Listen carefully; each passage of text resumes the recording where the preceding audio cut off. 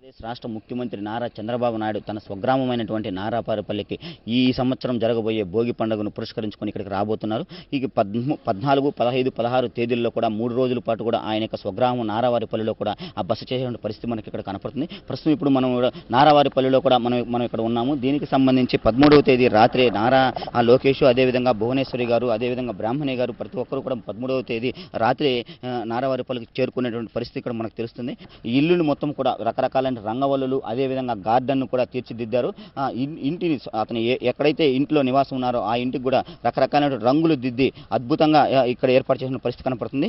Telugu Desam party వ్యవస్థాపకులు ఎవరైతే ఉన్నారో స్వర్గీయ నందమూరి తారక రామారావు విగ్రహానికి ఆయన ప్రప్రథమంగా ఇక్కడ వచ్చి పూలమాల వేసి అంజలి ఘటిస్తారు. అదేవిధంగా తన తల్లి అమ్మన్నమ్మ, తండ్రి ఖర్జూర నాయుడు ఎవరైతే ఉన్నారో వాళ్ళ సమాధుల వద్దకు వెళ్ళి పుష్పగుచ్చాలు ఇచ్చి భారీగా అంజలి ఘటించిన పరిస్థితి ఇక్కడ మనకు కనపడుతుంది.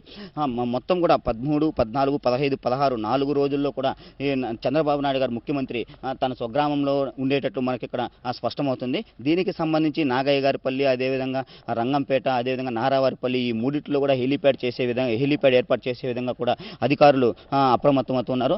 తిరుపతి అర్బన్ జిల్లాకు సంబంధించినటువంటి ఎస్పీ, అదేవిధంగా రెవెన్యూ అధికారులు ప్రతి ఒక్కరూ కూడా ఆ ఇంటి దగ్గర నుంచి ఇంటి దగ్గరకు వచ్చి ఇక్కడ ఉన్నటువంటి పరిస్థితులన్నింటినీ కూడా సక్రమంగా విశ్లేషిస్తున్నారు. దీనికి సంబంధించిన నాయకులు కూడా పెద్ద ఎత్తున ఇక్కడ తరలి వచ్చిన పరిస్థితి మనకు కనపడుతుంది.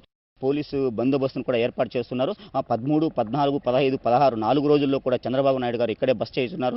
ఆ యొక్క తన చిన్నతనంలో ఉన్నటువంటి స్నేహితులందరినీ కూడా కలుసుకొని వాళ్ళ యొక్క యోగక్షేమాలను కూడా తెలుసుకొని వాళ్ళకి అవసరమైనటువంటి కూడా ఏవైతే కావాల్సినట్టు వాళ్ళ యొక్క అవసరాలను కూడా తీర్చేటువంటి పరిస్థితి కూడా ఇక్కడ మనకు తెలుస్తుంది. ప్రతి ఏడాది కూడా ఈ యొక్క భోగి, సంక్రాంతి, కనుమ పండుగ రోజుల్లో కూడా తన బంధుమిత్రులు అందరితో కూడా ఆహ్లాదంగా గడిపే పరిస్థితి ఇక్కడ మనకు కనపడుతుంది.